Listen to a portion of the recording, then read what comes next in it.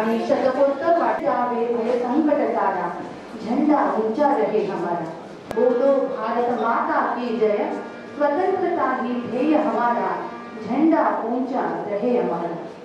भारताच्या 78व्या स्वातंत्र्य दिनानिमित्त आपल्या सर्वांना मी हार्दिक शुभेच्छा। उपस्थित मान्यवर, शिक्षण मंडळ कराडचे अध्यक्ष डॉक्टर श्रीयुत गुत्तेदार सर, संस्थेचे चेअरमन श्रीयुत बाळासाहेब कुलकर्णी सर, सचिव श्रीयुत चंद्रशेखर लाटकर सर, आजच्या कार्यक्रमाचे प्रमुख पाहुणे टिळक हायस्कूलचे माजी विद्यार्थी श्रीयुत सतीश केळकर व श्रीयुत उमेश पडके, आपल्याला विनंती, आपण स्वर्गीय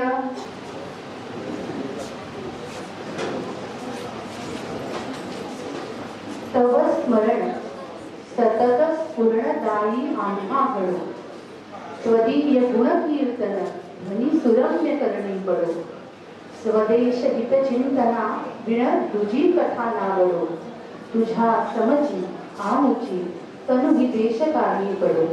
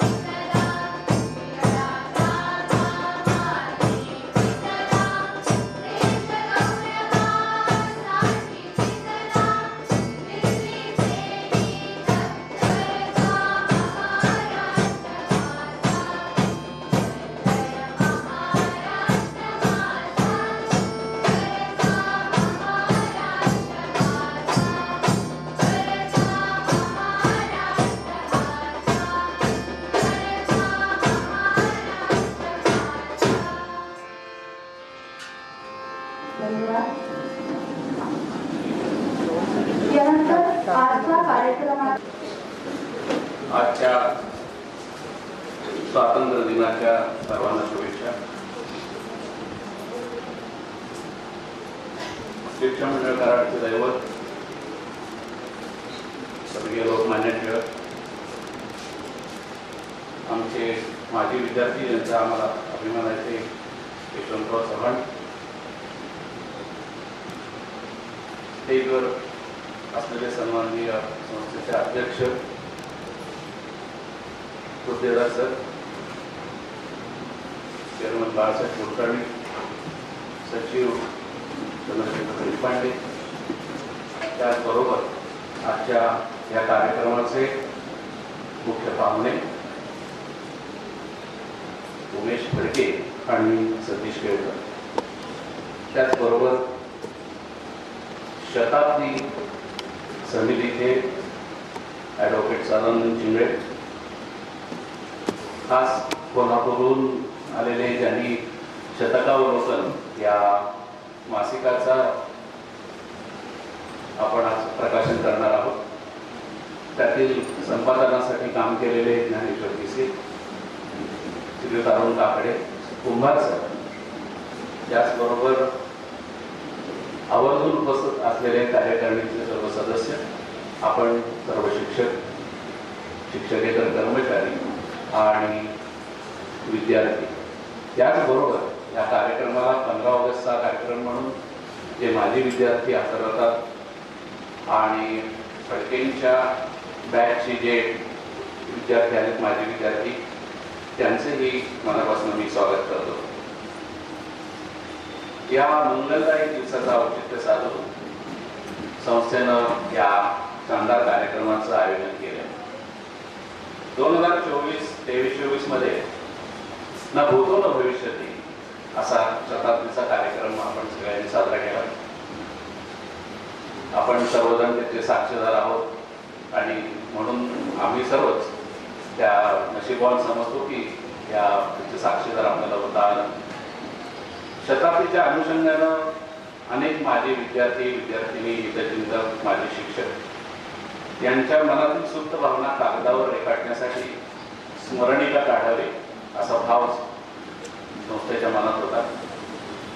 काउन्सिलनेही ही संकल्पना मान्य केली आणि लवकरच त्या कामासाठी प्रारंभ झाला. त्यासाठी संपादक मंडळ पण गठीत करण्यात आलं.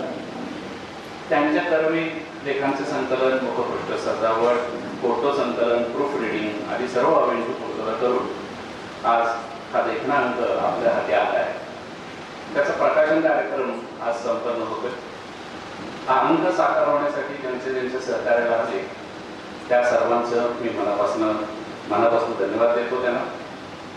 आपल्या संस्थेनं सन 2021 मध्ये 100 वर्ष पूर्ण केली, पण कोरोनाच्या महामारीमुळे 2 वर्ष आपण शताब्दी साजरी करू शकलो नाही. या काळात संस्थेचे माजी विद्यार्थी संपर्क अभियान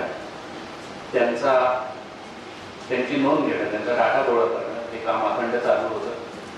जवळजवळ 15 ते 16 हजार विद्यार्थ्यांचा डाटा आज आपल्याकडे त्या निमित्ताने तयार आहे.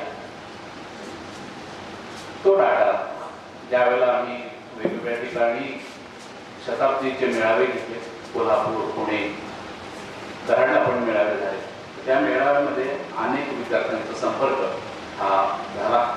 तो संपर्क आजही तसाच त्यांच्याशी संपर्क आहे, तेही आपल्या संपर्कात आहेत, हे त्याचे छान वैशिष्ट्य आहे. त्याचवेळी व्हॉट्सअप ग्रुप पण करण्यात आले. सातारा, सांगली, कोल्हापूर, कराड यांचे व्हॉट्सअप ग्रुप चालू आहेत. त्याच्या अनुषंगाने हे सगळे एकमेकांशी जोडले गेलेले आहेत. ही संस्थेच्या दृष्टीनं खरंच समाधानाची बाब आहे की हे सगळे जोडले गेले. शताब्दीच्या निमित्तानं संस्था अनेक माजी विद्यार्थ्यांची संबंध ठेवून होते, संपर्क ठेवून होते आणि अनेक माजी विद्यार्थी संस्थेशी संपर्क त्यांनी ठेवला होता. त्या काळात टिळक हायस्कूलचे माजी विद्यार्थी केळकर आणि फडके यांच्याशी माझी वारंवार भेट होत होती आणि मग काय करू शकतो, काय आवश्यकता आहे, आम्ही पूर्ण हा परिसर सगळा फिरून आलो, बघितला.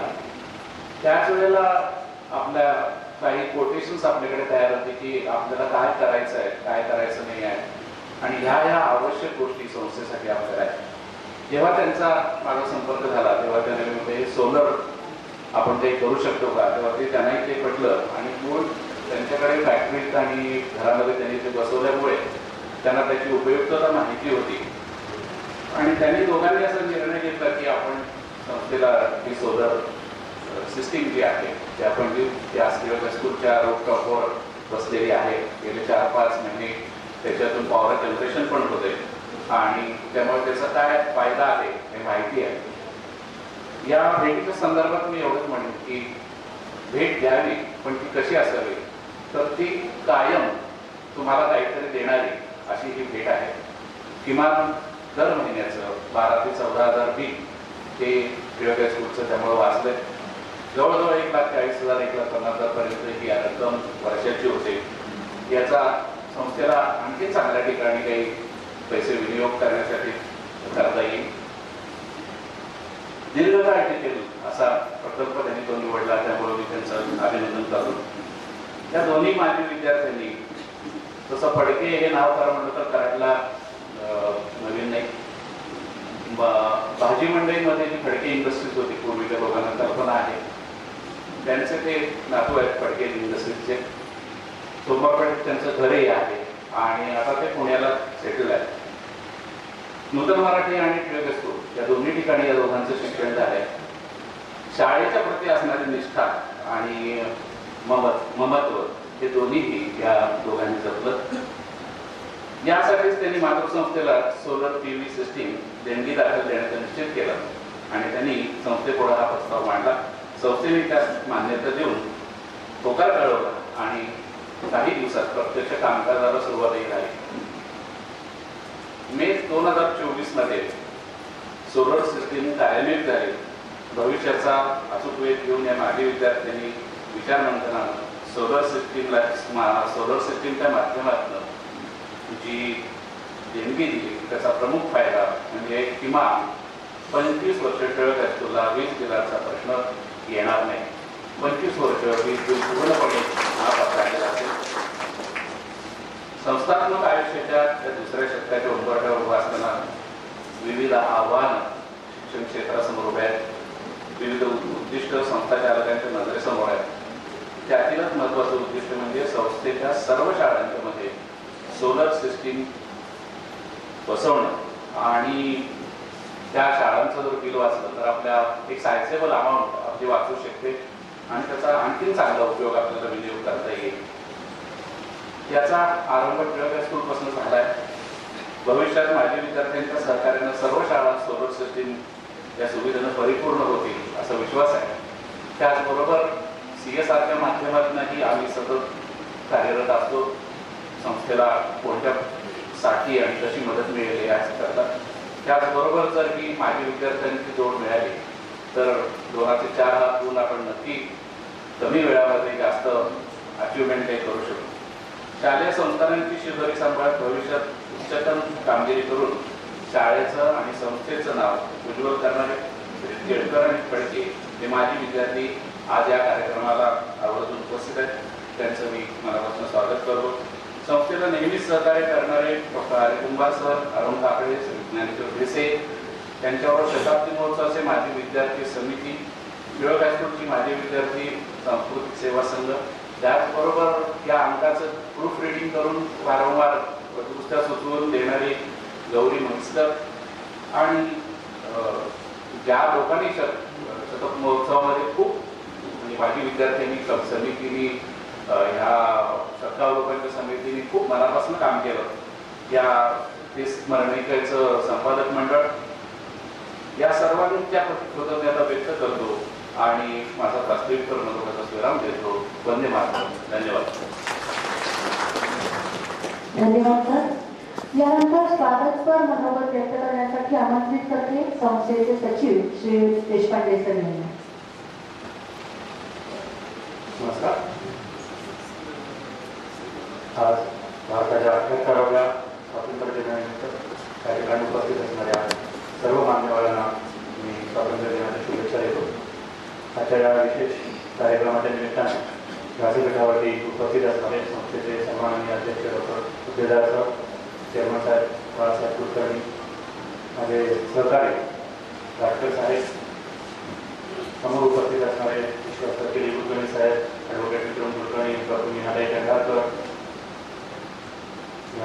शताब्दीचा जो लाडकत्यामध्ये वर्णामध्ये उल्लेख झाला की शताब्दी त्या दिमागदारपणे आणि आनंददायी पद्धतीने साकार करण्यासाठी ज्या सगळ्या माजी विद्यार्थ्यांचा हातभार लागला त्या माजी विद्यार्थी समितीचे सदस्य या निमित्तानं मुद्दाम उपस्थित आहेत. त्या माजी विद्यार्थी समितीचे अध्यक्ष ॲडव्होकेट सरांना चिमेळ साहेब, सर्व शाळांचे मुख्याध्यापक, शिक्षक या कार्यक्रमासाठी विशेषत्वानं उपस्थित राहिलेले माजी विद्यार्थी, त्यांच्याकडं स्वागती महाराष्ट्र गीत अशी काही कामं होती त्यासाठी उपस्थित राहिलेले विद्यार्थी, मुख्य म्हणजे याच्या या कार्यक्रमासाठी उत्साहून पुण्याहून वेळ काढून 15 वर्षासारख्या आनंददायी व्यक्ती उपस्थित राहिलेले आपले ख्यातकीर्तक माजी विद्यार्थी माननीय सतीश केळकर आणि माननीय उमेश फडके, आपण सर्वांचं मी सर्वप्रथम शिक्षण मंडळाच्या वतीनं स्वागत करतो. आजच्या या कार्यक्रमासाठी माझ्याकडे जी जबाबदारी दिली आहे ती स्वागतपर मनोगत त्या जबाबदारीचं काम सुरू करण्यापूर्वी आज टिळक हायस्कूलच्या स्वातंत्र्य दिन समारंभामध्ये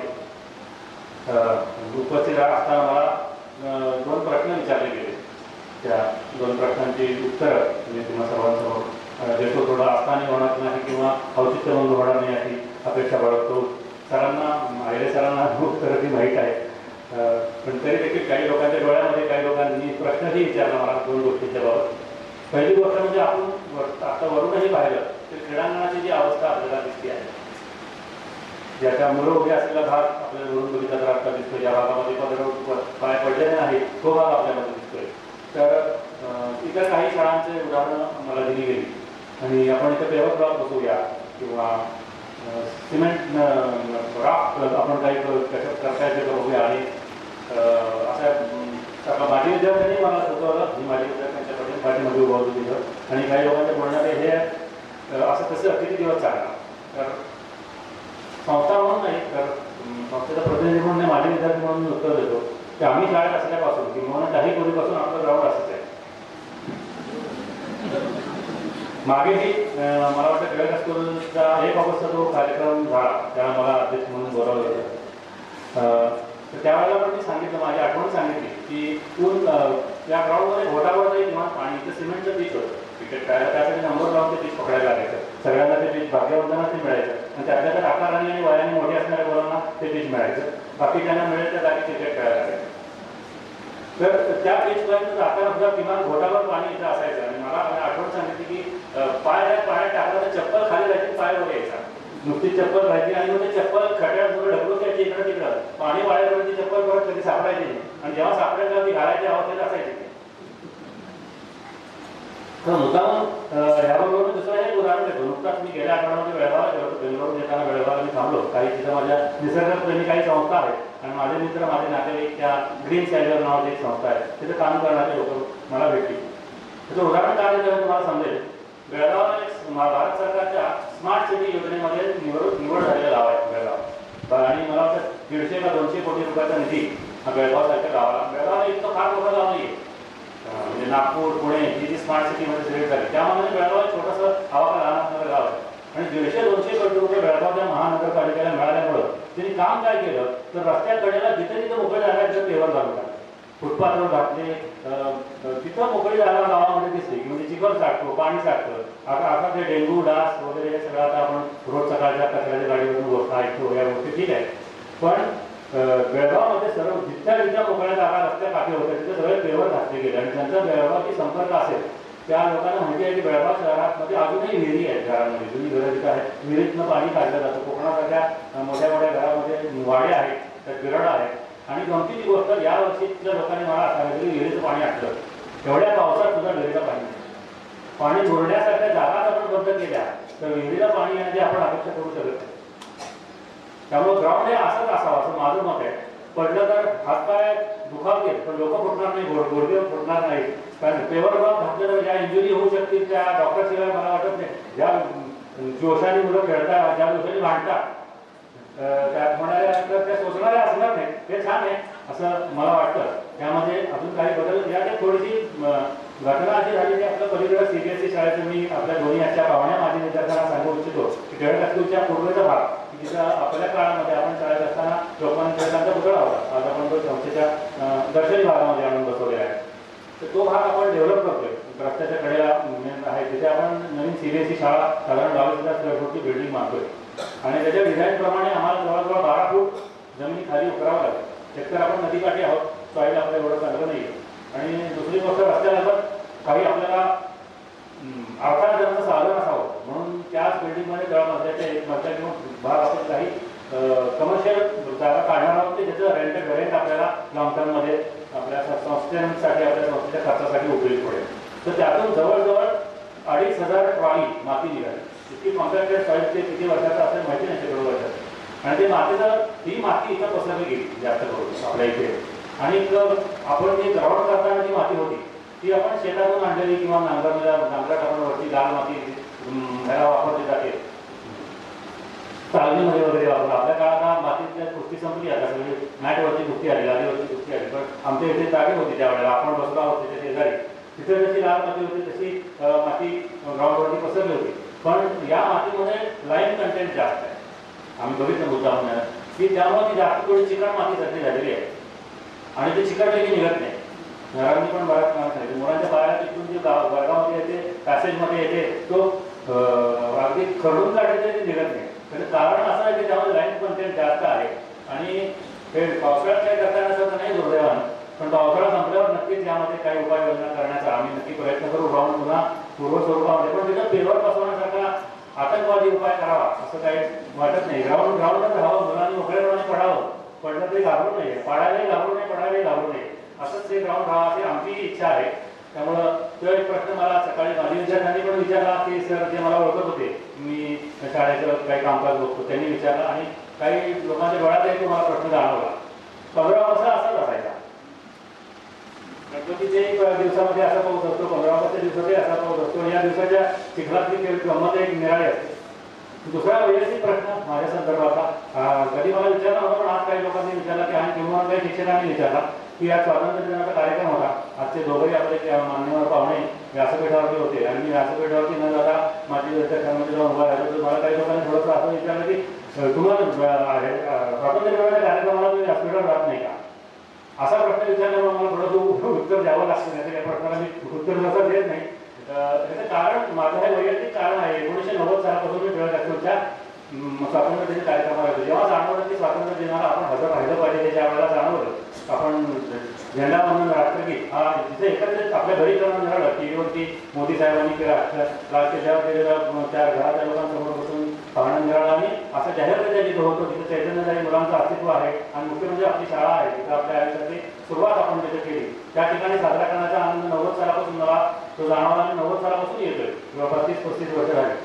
गैर वर्षात मी थोड्या वर्षापूर्वी सेक्रेटरी झालो आणि हेही काम बघायला लागलो. पण मला एक जाणीव राहिली की सेक्रेटरी मी काम नव्हतो, आज आहे, उद्याही कदाचित नसेल. पण टिळक हायस्कूलचा माझे विद्यार्थी हे माझं जे आढळपद आहे ते कधी कोणी काढून घेऊ शकणार नाही आणि तीही जाणीव राहावी टिळक हायस्कूलचा आणि दुसरं सेक्रेटरी पदही कायम नाही ही जाणीव राहावी. त्यासाठी मी कायम सर्व स्वातंत्र्य दिन कार्यक्रमाला येतो, पण व्यासपीठावर येत नाही. अरे मी सरांना सरांना तेही सांगितलं तिथं तुमचे कुठलेही अधिकृत कार्यक्रम असतील तर तुम्ही नाही बोलावलं तरी मी स्टेजवरती येऊन बसेल, कारण तो माझ्या खुर्चीची आवश्यकता आहे किंवा माझ्या पदाची जी आवश्यकता आहे. त्यामुळे नक्की तुम्ही काळजी करू नका. नाही बोलावलं तरी मी तुमच्या कार्यक्रमाला व्यासपीठावर असेल. फक्त 26 जानेवारी आणि 15 ऑगस्ट हे 2 दिवस मला माफ करा. माझ्या वैयक्तिक समाधानासाठी माझे मित्र किंवा माझ्याबरोबरचे जे शाळेचे माझे विद्यार्थी आत्ता मुख्य काय मला जाणवलं की त्या उभारण्यातून अशा निरपेक्ष प्रतिक्रिया मारतात. मी कोण आहे माहिती नसल्यामुळं शाळेला ग्राउंड मीट करता येत नाही लागून अशा स्वरूपाच्या प्रतिक्रिया मला समजतात. ही हेच झाली सगळ्याच काही तुमच्यासमोर सांगणार नाही.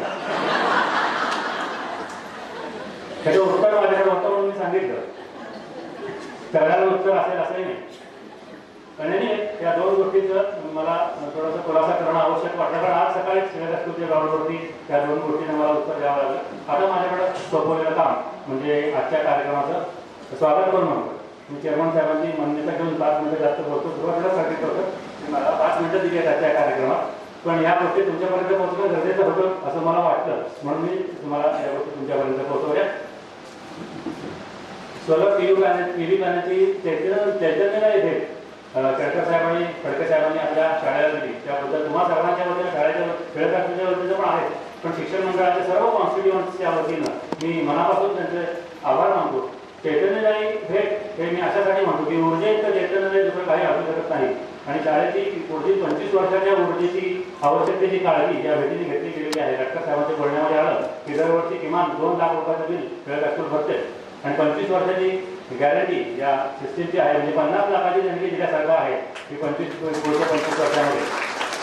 आणि दुसरं या देणगीचं महत्त्व डॉक्टर साहेबांच्या बोलण्यामध्ये आलं, पण मला मुद्दाम तुमच्या नजरेला आणून द्यायचं की आपली शाळा ज्या तत्वाने स्थापन झाली त्याच तत्वाचं मला हे ॲनॉलॉजी साम्य जाणवलं. याच्यामध्ये मला एक की टिळक हायस्कूल त्यावेळेला स्थापन झालं. आपण नेहमी म्हणतो अनेक कार्यक्रमामध्ये मी भाषणामध्ये सांगतो, चेअरमन साहेब भाषणामध्ये सांगतात किंवा इतर पदाधिकारी भाषणामध्ये सांगतात की लोकमान्यांच्या निधनानंतर कराडमध्ये जी शोकसभा झाली त्या सभेमध्ये लोकमान्यांचं एक चिरकाल टिकणारं आणि तिथं मुद्दाम शब्द वापरून की चैतन्य जाईल नुसतंच नव्हे चिरकाल टिकणारं चैतन्यदायी स्मारक निर्माण व्हावं अशा पद्धतीचे काही आपण स्मारक तयार करू अशी त्यामध्ये चर्चा झाली, तसा ठराव झाला आणि त्यातून ती शाळा निर्माण झाली. आपल्या सगळ्यांना माहिती आहे, हा विषय अनेक वेळा आलेला आहे. पण कायम त्याची दुसरी बाजूला इतर स्मारकांचा जर विचार केला त्यावेळी हजर राहिलेल्या लोकांनी शाळा काढण्याऐवजी जर पुतळा बांधतो म्हणले असते किंवा एखादा हॉल काढतो म्हणले असते, तर हे जे चैतन्य आहे ते त्याच्यामध्ये राहिलं नसते. म्हणून मी चैतन्यदायी किंवा का म्हणतो याच्यासाठी की जे सदा वाहतं प्रवाही राहिलं लोकांच्या चतुसूत्रीपैकी जे राष्ट्रीय शिक्षणाचं महत्व होतं ते ह्या शाळेच्या माध्यमातून ती प्रवाही राहिलं. लोकांना टिळकांचे विचार, लोकांना टिळकांचं कर्तृत्व दरवर्षी अजूनही फडके साहेब आणि केळकर साहेब ते आम्ही लोकांना टिळकांच्या आम्ही शेंगा खाल्ल्याने मी बळकट टाकली नाही, ठीक आहे. हे आम्ही कुठल्याही प्रकारचं न कंटाळता आम्ही हे वक्तव्य स्वतः ऐकून घेतो. पण आमच्या दृष्टीने आम्ही 50 वर्ष ऐकत असतो की मुलाच्या दृष्टीने ते पहिलं वर्ष आहे. मी शाळेत असल्यापासून आजपर्यंतच्या सर्व वक्तृत्व स्पर्धामध्ये संत सनद ते 3 प्रकारचे संत त्या म्हणजे टिळकांचे कर्तृत्व ते पैलू, टिळकांचं नेतृत्व, टिळकांचे विचार या सगळ्या गोष्टी प्रत्येक पिढीच्या दृष्टीने नावे नाही आपल्या दृष्टीने जुन्या झाल्या तरी. त्यामुळं हे जे चैतन्य त्या निमित्ताने वास्तूमध्ये चिरकाल टिकणारी ही शाळा निर्माण झाली. तत्वाची चिरकाल टिकणारी देणगी म्हणजे त्यांना तत्वावर आपली संस्था स्थापन झाली, त्या तत्वाची साधर्म्य राखणारी, त्या संस्थेची साम्य राखणारी ही अशा स्वरूपाची देणगी तुम्ही शाळेला दिली. एक मार्ग आम्हाला सगळ्या शिक्षकांना, सगळ्या मुख्याध्यापकांना मी या निमित्तानं सांगितलं होतं की असा विचार करा, एक 70-80 लोकांचं माझी विचार प्रत्येक बॅचमध्ये असतात साधारणतः. पहिली स्नेह ते ढळ तुकड्यापर्यंत विचार केला किंवा आणि त्या लोकांनी जर साधारण एकत्र येऊन एक आपल्या शाळेसाठी द्यायचे ठरवलं होतं. प्रत्येक शाळा ऊर्जेच्या बाबतीत स्वयंपूर्ण होईल आणि संस्थेला इतर खर्च खूप असतात. ऊर्जेचा खर्च एक आहेच, पण त्या व्यतिरिक्त इतर खर्चाला देखील काही आपल्याला उरेल, त्यातून काही रक्कम उरेल की त्याचा चांगला विनियोग करता येईल. तर अशा स्वरूपाची एक दिशादर्शक पथदर्शक देणगी तुम्ही आपल्या टिळक हायस्कूलला, आमचे म्हणत नाही, आपल्या टिळक हायस्कूलला तुम्ही दिली. आणि एक वेगळा ॲव्हेन्यू माझ्या विद्यार्थ्यांना विचार करायला हे तुम्ही निर्माण करून दिला, मदत करण्यासाठी देखील. नाही का शाळेला द्यायचं म्हणजे पैसे द्यायचे का, मग पुन्हा एक शंका पैशाचा विनियोग काय कसा होईल, काय होईल आणि त्याचं झालेलं आपल्याला कळेल कसं. एक साधं उदाहरण मी या निमित्तानं देतो, तेही असताना ठरणार नाही असं वाटतं की खूप लोकांना वाटतं की आपल्या प्रिय व्यक्तीच्या आवडी, प्रिय व्यक्तीच्या स्मरणासाठी काही आपण बक्षीस ठेवावं, आईसाठी, आजीसाठी. आणि शाळेला देणगी द्यावी, त्याच्या लागातून कायम शाळेच्या टिळक हायस्कूलमध्ये पहिला येणाऱ्या, कन्या शाळेमध्ये पहिला येणाऱ्या, महिला महाविद्यालय किंवा इंग्रजी विषयात प्रथम येणाऱ्या, मराठी विषयात अशा स्वरूपाचं बक्षीस ठेवावं. आणि ह्या प्रकारच्या भावना 100 वर्षापासून आपल्या शाळेशी निगडीत आहे. पण पूर्वीची गोष्ट तुम्हाला सांगतो, एकेकाळी 5 रुपये बक्षीस ठेवलं गेलं 1926 साली. आताच सांगितली पहिल्या दिवशी 9,000 ते 10,000 देणगी गोळा केली. 1920 साली त्याची 9 ते 10 कोटी किंमत असेल, आजचे 9-10,000 आहे. त्यामुळे त्यावेळेशी 5 वर्षाची देखील 5 रुपयाची देखील किंमत खूप असेल. 1925 साली ज्या वेळेला पहिलं बक्षीस ठेवलं गेलं, 26 सालचं पहिलं बक्षीस आहे अशी माझी कल्पना आहे. शानबाग कुठे असतं तर करेक्ट करतील मला, कारण त्यांना हे सगळं रेकॉर्ड चांगलं माहिती आहे. तर काय व्हायला लागलं, त्या काळात शाळेत एकच मुलगा पहिला यायचा किंवा संस्कृत विषयात पहिला येणाऱ्याला बक्षीस असायचं. आता शाळेत 100 पैकी 100 25 मुलं असतात संस्कृत विषयात पहिली येणारे. तर 25 रुपयाचं बक्षीस 25 लोकांना द्यायचं, 5 रुपयाचं बक्षीस राहिलं 25 नव्हे. तर थोडी फार मोठी कसरत होते त्याच्यामध्ये. आणि नंतर मला लक्षात आलं की एका 2.5 रुपये झाले त्यात, म्हणजे एका 5 रुपयाचं बक्षीस 2 लोकांना वाटून आणि अगदी 5-6 वर्षापूर्वी. तर मुलामध्ये खसखस पिकली, हसण्यात थोडंसं हास्यास्पद झालं. मग देणगी ठेवणाऱ्या भावनांचा आदर राखला जाईल आता. असं ज्या वेळेला त्यांनी ठेवताना ज्या हेतूने, ज्या पवित्र हेतूने देणगी दिली असेल, आज 100 वर्षांनी त्याच्यावरती हात, कारण मुलांना 2 रुपये 2.5 रुपये म्हणजे त्याची आजच्या ह्याची किंमत माहिती आहे, ते हास्यास्पद व्हायला म्हणजे त्याचं लॉंगिटिव्हिटी अशा स्वरूपाच्या देणगीची फारशी राहत नाही हे लक्षात आलं. तेव्हा आम्ही विनंती करायला सुरुवात केली की तुमच्या पवित्र स्फूर्ती जतन करण्यासाठी तुमच्या घरातल्या लोकांच्या तुम्ही एखादी डिजिटल क्लासरूम करून द्या, शाळेसाठी स्पोर्ट इक्विपमेंट करून द्या, आजच्यासारखं तुम्ही solar system, solar power system बसवून द्या की त्याला आम्ही पार्टी लावू शकतो यांच्या स्मरणार्थ, यांच्या देणगीतून. पाण्यासाठी आपल्या सगळ्या शाळांमध्ये आपण वॉटर प्युरिफायर बसवलं, त्यासाठी काही करू शकतो. पण बक्षिसाचा मला असा वैयक्तिक अनुभव आहे, म्हणजे मुलांना मिळवून येण्याचं माझं म्हणणं नाही आहे. एकेकाळी माझे वडील ज्यावेळेस सेक्रेटरी होते ते सांगायचे की बोर्डात पहिल्या नावापेक्षा टिळक हायस्कूलमध्ये पहिल्या नावाला पैसे जास्त मिळतात. एकेकाळी एवढं लोकांचं प्रेम आपल्या शाळेवरती होतं, म्हणजे अजूनही ती बक्षिसं चालू आहेत, पण त्याची आजच्या किमतीमध्ये, आजच्या रकमेमध्ये त्याचं मूल्य जे आहे, किंमत म्हणत नाही, त्याचं मूल्य तेवढं राहिलेलं नाही आहे. त्यामुळं हे तुमच्या पद्धतीची देणगीबद्दल तुमचं किती अभिनंदन करावं किंवा किती आभार मानणं तेवढे थोडे आहेत. दुसरं महत्त्वाचं डॉक्टर साहेबांचं मला कौतुक करायला पाहिजे की डॉक्टर साहेबांनी पूर्ण हा जो पिरियड आहे की कुठल्या काय देणगी द्यायची, कशी द्यायची आणि त्याचं म्हणजे काय म्हणतो आपण कमिशनिंग होईपर्यंत त्याच्यावरती ते लक्ष ठेवलं. कारण देव जरी प्रसन्न झाला तर त्याला मागायचं काय हा फार मोठा बुद्धिमत्तेचा प्रश्न असतो. 2 माजी विद्यार्थी जर प्रसन्न झाले तर नेमकं त्यांना द्यायला तयार आहे, मला अनुभवामध्ये गोष्ट आठवली की एका साधूने आयुष्यभर तपश्चर्या केली, 95 वर्षी देव ब्रह्मचारी साधूला 95 वर्षी देव प्रसन्न झाला आणि देवाने सांगितलं, बघता मी एकच वर देईन तुला, काय मागायचं तरी विचार करून माग. त्याने सांगितलं 95 वर्षी देवाला वर मागितलं की माझा पंतू राजा झालेला मला बघायचा आहे. तरी आपल्या गुरुचा भाग सोडून द्या. आपण जेव्हा आशीर्वाद मागतो त्यावेळेला आरोग्य मागतो, संपत्ती मागतो, आरोग्य आयुष्य मागतो, संपत्ती मागतो आणि मान मागतो. तर कल्पना तिन्ही गोष्टी एकाच वरात त्यांनी मागितल्या आहेत. त्यामुळे लाटा घ्यायला तुम्हाला विशेष कौतुक करायचं की जे मागायचं ती गोष्ट त्यांनी गोष्ट योग्य पद्धतीने मागितली. तिने त्याबद्दल तुमचे तर मनापासून आभार आहेत आणि या निमित्ताने एक अपेक्षा व्यक्त करतो की याने हा जो संपर्क पुन्हा प्रस्थापित झालेला आहे तुमच्या शाळेशी तो असाच कायम राहावा. शाळेला येणं असेल, येणं जाणं आता एक तर माध्यमाच्या माध्यमातून आपण भेटू शकतो. व्हॉट्सअप आहे, ईमेल आहेत, आमची निमंत्रण तुम्हाला येत जाते. पण कधी काळी तुम्हाला परत शाळेत यायचे आमंत्रण देऊ त्यावेळेला जरूर स्वीकारावं या निमित्ताने विनंती करतो. दुसरा आजच्या कार्यक्रमाचं दुसरं प्रयोजन म्हणजे शतकाव लोकन या शताब्दीच्या स्मरणिकेचं प्रकाशन. मी आताच बोलताना म्हणलं की स्मरणिका आणि डॉक्युबुक इतिहास यामध्ये खूप मोठा फरक असतो. स्मरणिकेची भावना निगडीत असतात, इतिहास भावना ओळखत नाही.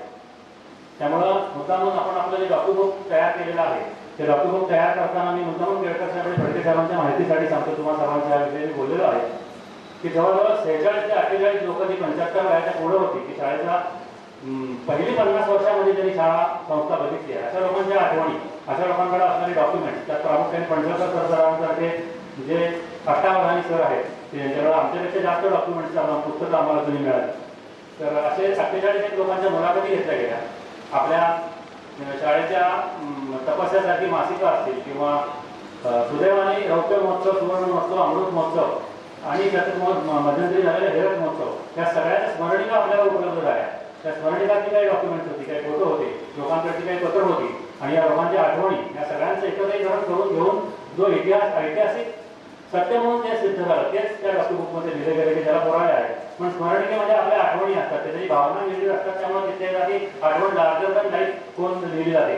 त्यामुळे स्मरणिकेचं महत्त्व हे मनुष्य म्हणून आहे, आपण एक माजी विद्यार्थी म्हणून आहे, शिक्षक म्हणून आपल्या याच्या कार्यकाळात भावनिक गुंतवणूक जी आपली आहे, विद्यार्थी म्हणून भावनिक जी अटॅचमेंट आहे त्याचं आहे, पण संस्था म्हणून इतिहास महत्त्वाचा आहे. या दोन्ही गोष्टी साध्या आम्हाला शताब्दीच्या निमित्तानं करता आहेत. त्याचा या निमित्तानं आनंद व्यक्त करतो. शतकाव लोकांसाठी ज्या सर्वांचा हात लागला म्हणजे आता गोविंद म्हैसकरांचा उल्लेख आला, काकडे सरांचा उल्लेख आला, कुंभार सरांचा उल्लेख आला, या अनेक लोकांनी ह्या शतकाव लोकांना सिद्ध करण्यासाठी मदत केली आहे. तसंच ज्यांनी त्यामध्ये आपल्या आठवणी दिल्या, ज्या शिक्षकांनी आणि ज्या माजी विद्यार्थ्यांनी शाळेच्या मदतीसाठी त्यासाठी देणग्या गोळा केल्या आणि मुख्य म्हणजे विद्यार्थी कुलकर्णी ज्यांनी हे माजी विद्यार्थी समितीचेच आहे की आहे या जगण्या स्वरूपामध्ये सिद्ध केलं पुस्तकात जे आपण बघणार आहोत.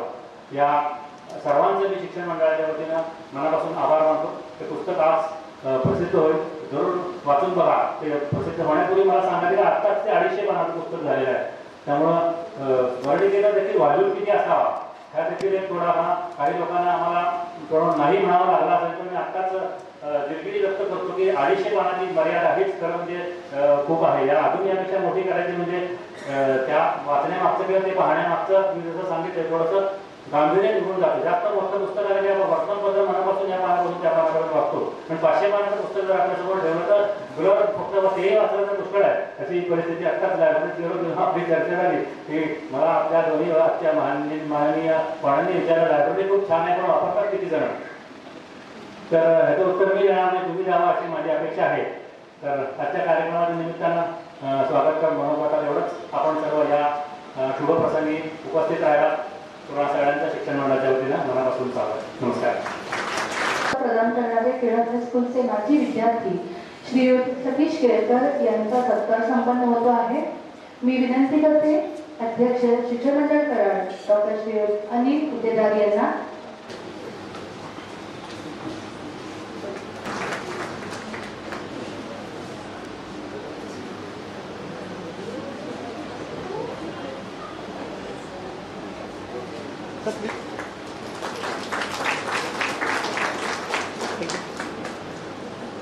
यानंतर मी विनंती करते शिक्षण मंडळ कराडचे चेअरमन श्री बाळासाहेब कुलकर्णी आपल्याला स्वरूप आहे शाल, श्रीफळ, डॉक्टर बुक आणि बुके.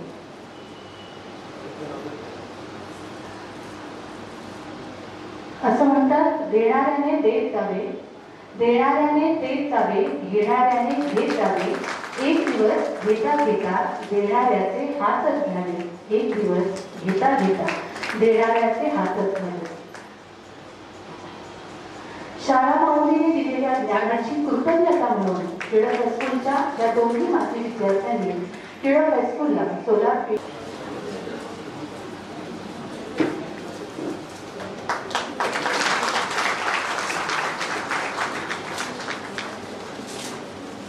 शतकावलोकन या शताब्दी स्मरणिकेचे प्रकाशन होते आहे.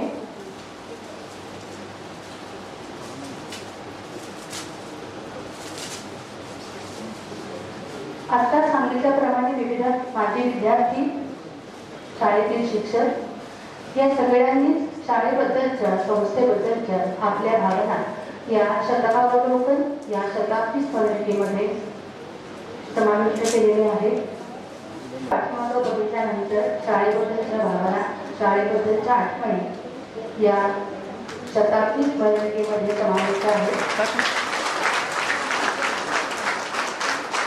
संस्थेचा टिळक हायस्कूलचा 100 वर्षाचा इतिहास, 100 वर्ष गौरवाची सांगणारं ही स्मरणिका, शताब्दी स्मरणिका शतकावलोकन. शाखातील विद्यार्थी विद्यार्थिनींनी तयार केलेल्या भित्तीपत्रकांचे आता प्रकाशन होते आहे. मी विनंती करते संस्थेचे अध्यक्ष डॉक्टर हुद्देदार सर आपल्याला आपण या भित्तीपत्रकांचे विषय आहे भारताचे पंतप्रधान 1947 ते 2024 सहभागी आहेत. मार्गदर्शक Shri M Kirloskar sir. Kirloskar sir आपल्याला विनंती आपण पुढे यावं. कुमार वीरेंद्र साने. कुमार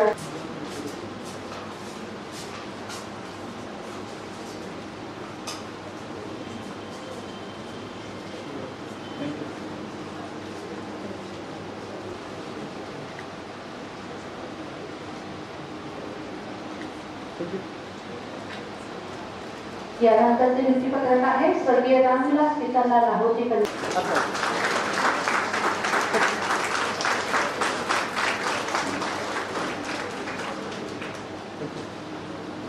यानंतरचे भित्तीपत्रक आहे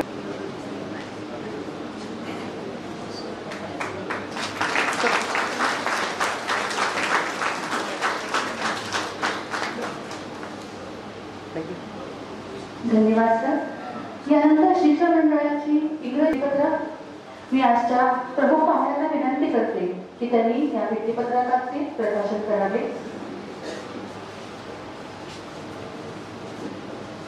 पत्रक आहे आजचे प्रमुख पाहुणे श्री सतीश केळकर आणि श्री उमेश फडके यांना विनंती करते की तुम्ही या भित्तीपत्रकाचे प्रकाशन करा.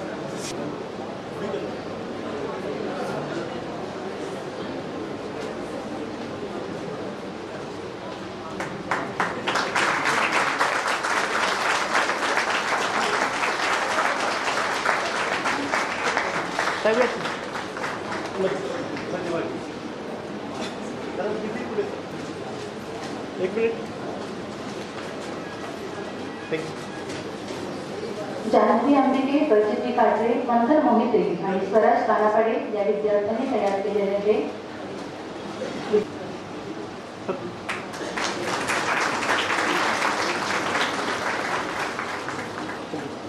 धन्यवाद.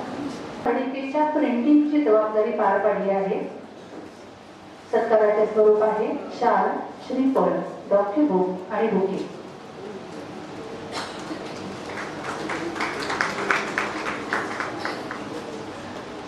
यानंतर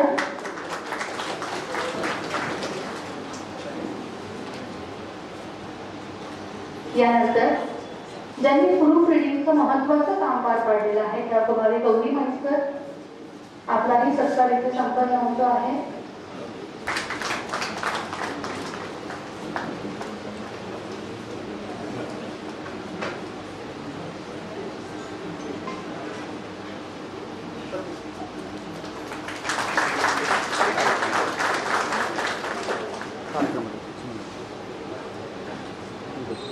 शिक्षण मंडळ कराडच्या सर्व शाखांना ISO मानांकन प्राप्त झालेलं आहे।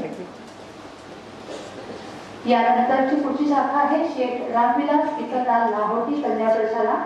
शाखा प्रमुखांना विनंती की त्यांनी व्यासपीठावर यावं।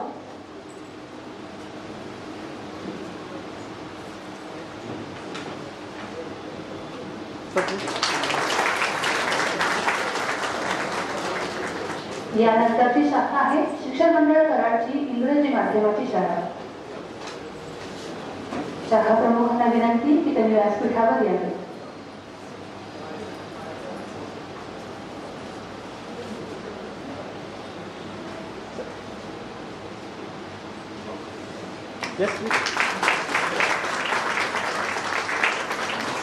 शिक्षण मंडळाची चौथी शाखा की ज्यांना ISO मानांकन प्राप्त झालेले आहे अशी नूतन मराठी शाळा कराड। शाखा प्रमुखांना विनंती त्यांनी व्यासपीठावर यावे।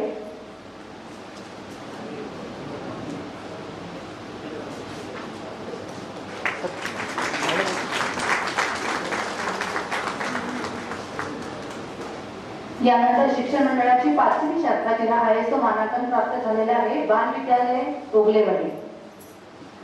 शाखा प्रमुखांना विनंती त्यांनी कृपया व्यासपीठावर यावे।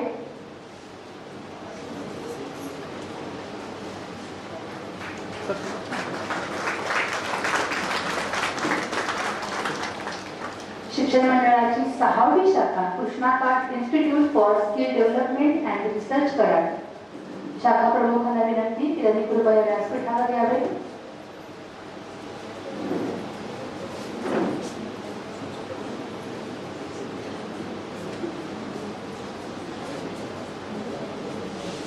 एकाच वेळेला 6 शाखांना ISO मानांकन मिळणं ही खूपच गौरवाची बाब आहे। मान्यवरांनो, देणगी स्वरूपामध्ये देणारे टिळक हायस्कूलचे माजी विद्यार्थी श्रीयुत सतीश केळकर यांना विनंती करते की त्यांनी त्यांचे मनोगत मांडावे।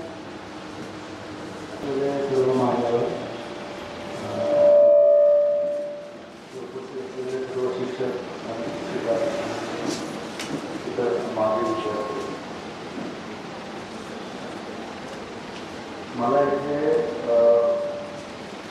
मी 77 साली इथे 10वी झालो आणि त्यानंतर हा पहिला संबंध माझा आहे की शारीरिकरित्या सगळ्यांची आपली भेट होते। देशपांडे सरांनी माझ्या मनातलं बहुतेक सगळं सांगितलेलं आहे की ग्राउंडवरती फ्लोरिंग नको हो। आम्ही शाळेमध्ये असताना तेव्हा असं ते साखरेचे करून खडखड्याचा वगैरे फ्रॅक्चर कधी झालं नाही, पण त्यावेळी घरी गेल्यानंतर ते आम्ही गरम पाण्याचे डोळे एवढा मला फक्त आठवतोय। त्यामुळे हे असं झालं असं माझं मत आहे। त्यानंतर दुसरी गोष्ट म्हणजे आज जरा इथे संस्थेकडनं सत्कार असं म्हणताना माझी काही एवढी क्षमता नाही असं मला वाटतं की शाळेमध्ये जे काही शिकलो आहे त्याचाच हा म्हणजे अवसर आहे असं खूप वेळा वाटतं की शाळेमध्ये जे शिक्षक होते त्यांच्या समोर कधी उभं राहून बोलता आलं नाही, पण आज ह्या शिक्षकांसमोर उभं राहून बोलता येते आपल्याला। हाच एक मोठी समाधानाची गोष्ट आहे। त्यामुळे हे जे काही सोलर सिस्टम बसवली त्याच्यामागची ॲक्च्युअली इच्छा अशीच होती की एक कंटिन्युअस आपली एक योगदान जे असतं ते आपण इथे नसलो तरी कंटिन्युअस मिळत राहील असं त्याचं ॲक्च्युअली ते करण्यामागची भावना होती। आम्ही जेव्हा आमच्याकडे जेव्हा सोलर सिस्टम बसवल्या त्यावेळी जेव्हा आपण कंपनीत बसवतो त्यावेळी काही लिमिटेड एम्स असतात की खर्च मिळतो असं काहीतरी असतं, पण नंतर असं कळलं की जसं इलेक्ट्रिसिटीची कॉस्ट वाढत जाते तसं याची ही जी सोलर पॅनल आहे त्याची युटिलिटी अजून वाढत जाते। कारण आज जे 10,000 रुपये बिल आहे ते अजून 5 वर्षांनी 15,000 होतं, नंतर 20,000 होतं। म्हणजे नंतर त्याची अफोर्डेबिलिटी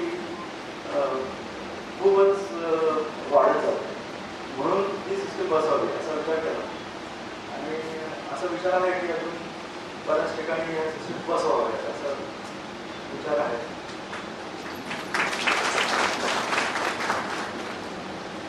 तुम्ही जे मला बोलायची संधी दिली त्याबद्दल धन्यवाद।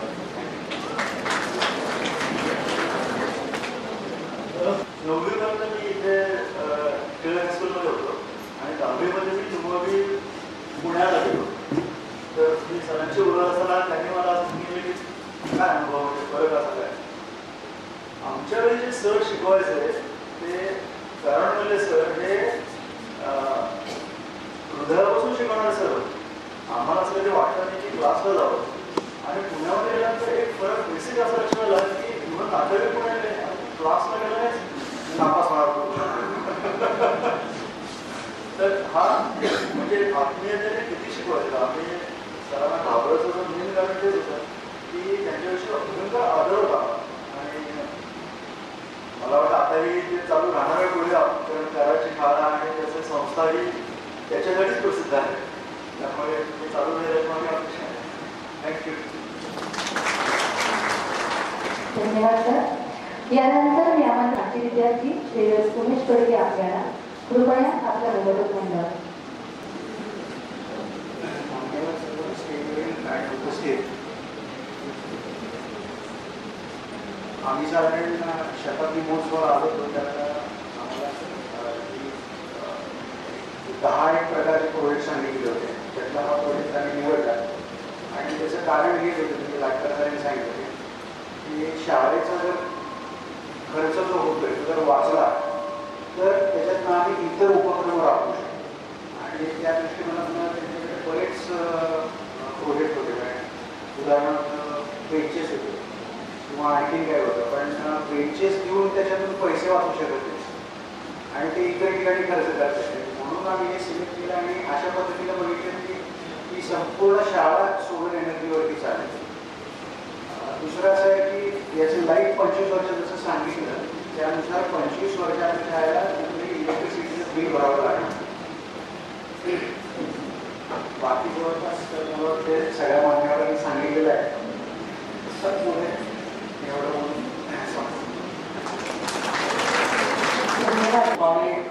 फडके साहेब, केळकर सर, स्टेजवरील आपले संस्थेचे सचिव श्री चंद्रशेखरजी देशपांडे, उपसचिव राजेंद्रजी लाटकर, चेगरे साहेब, त्याच्यानंतर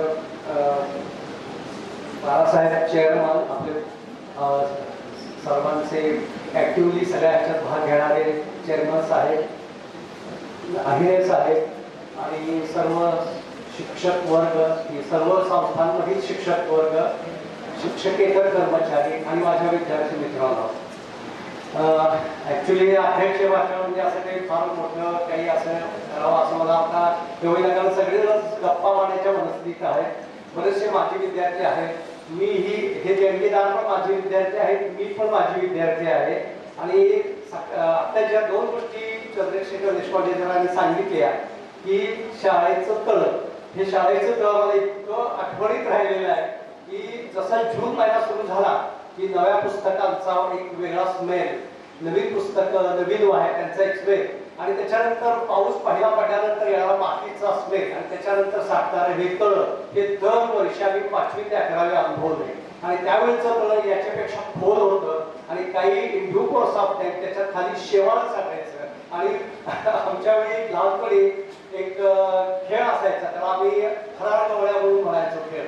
त्याच्यामध्ये 2-2 करायची, साखळी करायची, ते एकाला पकडायचं असतं आणि तो सापडत असेल तर. आणि पावसाळ्याच्या दिवसामध्ये या तळ्यात पाण्याची मजा असायची ना, ती एक आवडच होती. अशीच एक मला अजून एक आठवण आठवली या तळ्याच्या संदर्भातली. म्हणून मी त्याला म्हटलं होतं की नैसर्गिक तळ जर असंच राहत असेल तर असू द्यावं, आपोआप काही निसर्गाने काही बदल केला त्या तर मग ठीक आहे. परंतु जर ते असं मुद्दाम तर काहीतरी आर्टिफिशियल काही करून ते त्यात डिलीट करायचं असं नको करायला, तर त्या दृष्टीनं त्या तळहायात असं चालू राहिले तर सुद्धा काही हरकत नाही. त्यातली अजून एक आठवण अशी की जर तुम्ही निसर्गाचं बारीक निरीक्षण केलं तर, आता मी पुढे मेडिकलला बायोलॉजीला गेल्यामुळे मला नंतर ते रिट्रोस्पेक्टिव्हली लक्षात आलं की आपण ज्या तळ्यात खेळत होतो त्या तळ्यात पहिले 1-2 पाऊस पडल्यानंतर एक वेगवेगळे बेडकांचे आवाज यायचे. आम्ही त्याला बेडकांचं संगीत म्हणायचो. तर त्याच्या फ्रॉगची जे काय लाईफ सायकल असतं, फ्रॉग इज ॲम्फिबियन, म्हणजे तो दोन्हीकडे राहतो, पाण्यात राहतो आणि हवेतही राहतो, स्प्रिंगेवर राहतो. तर मला त्यावेळी लक्षात यायचं नाही की तिथे असे मोहरीसारखे छोटे छोटे असे कळ यायचे ह्याच्यावर तळावर टाकलेल्या आणि त्याच्यात कोणती जेली आहे कसली तरी, हे काय असावं की मी कुणाला असं मी विचारलं तर असे पुढे मला काही उत्तर दिलं नाही. त्याच्यानंतर पुढे काही दिवसांनी ते डिसॅपिअर व्हायचं आणि छोटी शिपूट असलेली अशी बारीक पिल्लं त्यात अशी खेळायची त्या पाण्यामध्ये टॅडपॉल, आणि नंतर हळू असं व्हायचं की ती शेवटी हळूहळू निघून गेली आहे आणि टुणटुण अशी बारीक बारीक वेळी पुढे मारायला. हे लाईफ सायकल रेट्रॉस्पेक्टिव्ह मला तयार शिकवलं बायोलॉजी मध्ये. जेव्हा मी प्रीला गेलो किंवा प्री सायन्सला, इंटर सायन्सला, प्री प्रोफेशनलला गेलो त्यावेळी, तर एक त्याच्यानंतर त्याचे ते कॅल्पोन, त्याच्यानंतरचा राणा टॅग्रिना किंवा फ्रॉग हा बायोलॉजीतला पहिला बेस असतो, तो ह्या तयारनं मला शिकवलं. आणि दुसरं एक मित्रत्वाचं एक नाजूक नाते जे असतं त्याची कशीच गंमत मला आठवतीये. या तयार असंच ते हरारवण्याचा खेळ खेळत असताना आम्ही जोडीला असं पळत होतो, पकडत होतो एकमेकाला, आणि त्यात नेमका माझा पाय घसरला आणि मी बरोबर सगळं अंग भिजलं, चिखल लागला सगळं झालं. आणि नेमकं मधल्या सुट्टीनंतर वक्तृत्व स्पर्धा होत्या. तर जून आणि जुलैमध्ये वक्तृत्व स्पर्धांचा दिवस असायचे. 1 ऑगस्टला बक्षीस समारंभ आणि तोपर्यंत ते असायचं. आता पडलो ते सगळं कपडे घाण झाले, आता काय करायचं. स्पर्धा सुट्टी संपली की 3 वाजता जुना शहरात तिकडे होता, त्यात जायचं. मला आता काय करावं, घरी जाऊन यायचं तरी सुद्धा तेवढा वेळ नाही.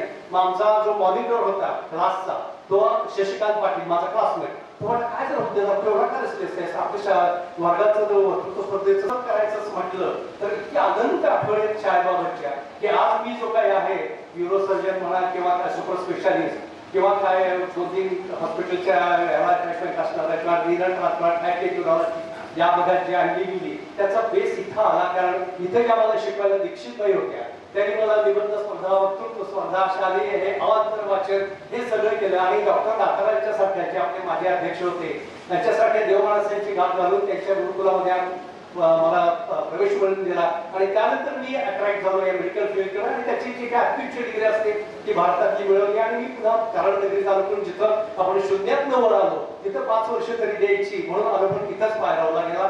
आणि मला काय आता त्याचा खरंच पश्चाताप होत नाही. आज कराडसारख्या शहरामध्ये MCH सारखा कोर्स आज माझ्या अंडर कृष्णामध्ये चालू आहे. आज दरवर्षी 2 MCH चे यूरोसर्जन भारताला आपण देऊ शकतोय, त्याचा मला मोठा अभिमान आहे. शाळेचा माझे विद्यार्थी असल्याचा अभिमान आहे.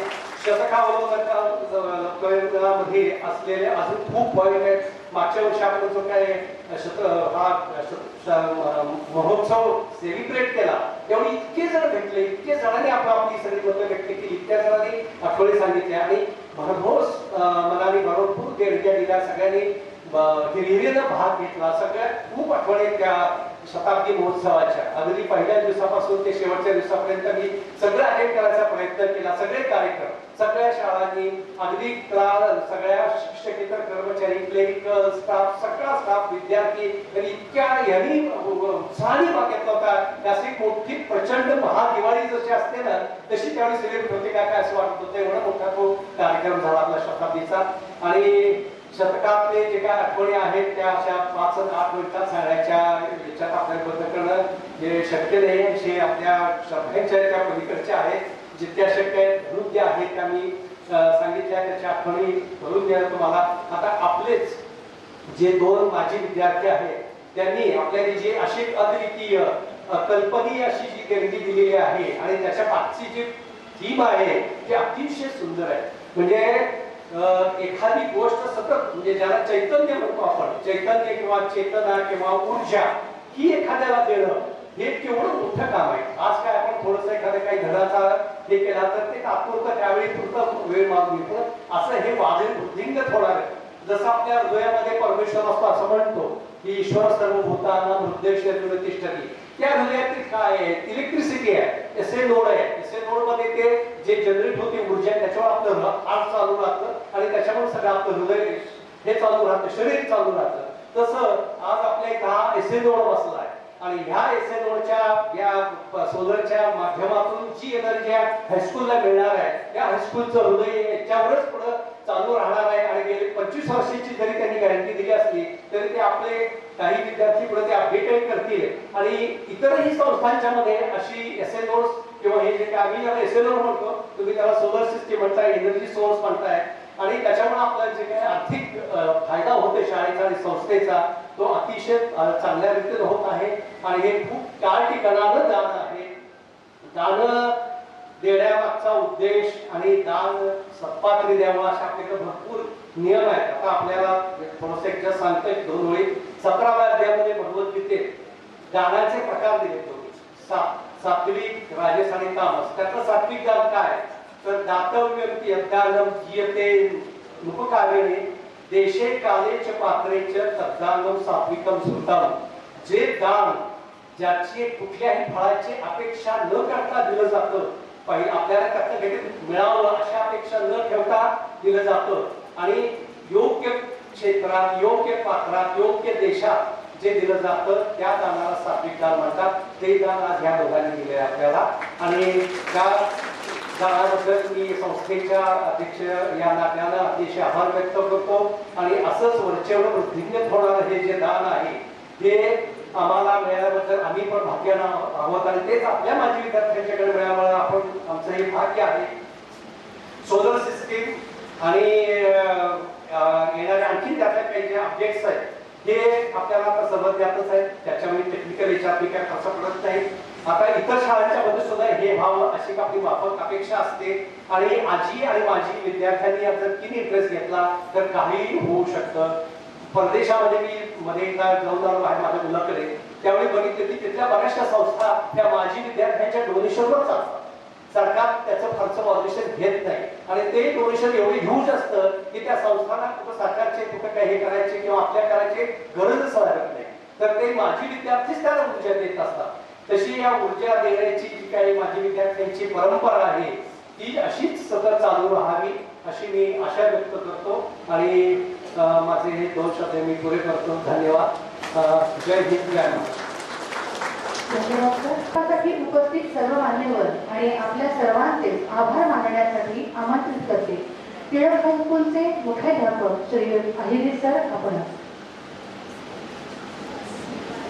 नमस्कार. सर्वप्रथम शिक्षण मंडळ कराडचे सर्व पदाधिकारी, त्याचप्रमाणे शिक्षण मंडळ कराडचं माजी विद्यार्थी संघ, टिळक हायस्कूलचं माजी विद्यार्थी सांस्कृतिक सेवा संघ यांचं पहिल्यांदा मी आभार मानतो की कारण या ठिकाणी शताब्दीपासून तर आज अखेरपर्यंत आपणाला ही सर्व संधी उपलब्ध करून दिली आणि त्याच माध्यमातून आपल्या या सोयी सुविधांसाठी ते सर्व शाखांचे मागे खंबीरपणे उभे असतात. त्यामुळे त्यांचं आधी सुरुवातीला आभार मानतो. व्यासपीठावरील सर्व मान्यवर, व्यासपीठासमोरील उपस्थित आपणा सर्वांना स्वातंत्र्य दिनाच्या हार्दिक शुभेच्छा.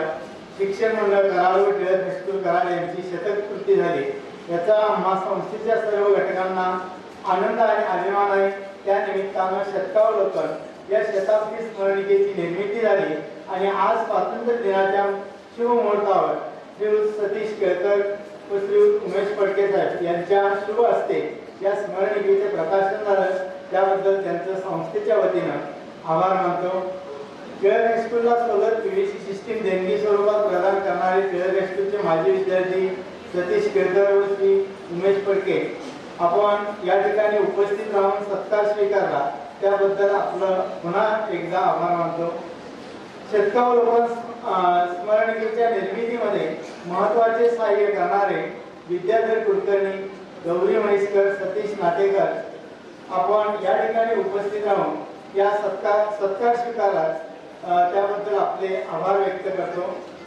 आज या कार्यक्रमाच्या निमित्तानं तयार करण्यात आलेलं भित्तीपत्रकाचं प्रकाशन या ठिकाणी संपन्न झाले. त्या सर्व शाळांचे शाखा प्रमुख, मार्गदर्शक, शिक्षक, विद्यार्थी यांचा आभार व्यक्त करतो. या कार्यक्रमासाठी उपस्थित पत्रकार, छायाचित्रकार, स्थानिक वृत्तवाहिनीचे सदस्य आपलेही आभार व्यक्त करतो. त्याचप्रमाणे सर्व शाखांचे शाखा प्रमुख, शिक्षक बंधू भगिनी, शिक्षकेतर कर्मचारी आपण या समारंभात उपस्थित राहिलात आपणा सर्वांचा आभार. त्याचप्रमाणे महाराष्ट्र गीत सादर करणारे इंग्रजी माध्यमाची शाळा संगीत विभाग त्यांचेही आभार. या समारंभाचे सूत्रसंचालन करणाऱ्या सौ आदिती जोशी, उपशिक्षिका इंग्रजी माध्यमाची शाळा कराड यांचे आभार व्यक्त करतो. हा समारंभ यशस्वी करण्याची जबाबदारी इंग्रजी माध्यमाची शाळा माध्यमिक विभाग यांनी नेटकेपणाने पार पडली त्याबद्दल शाखा प्रमुख व त्यांचे सर्व सहकार्यांचा आभार मानतो। तर या समारंभामध्ये हस्ते परहस्ते मदत करणारे सर्वांचं पुनश्च एकदा आभार मानतो आणि अध्यक्षाच्या परवानगीनं समारंभ संपला।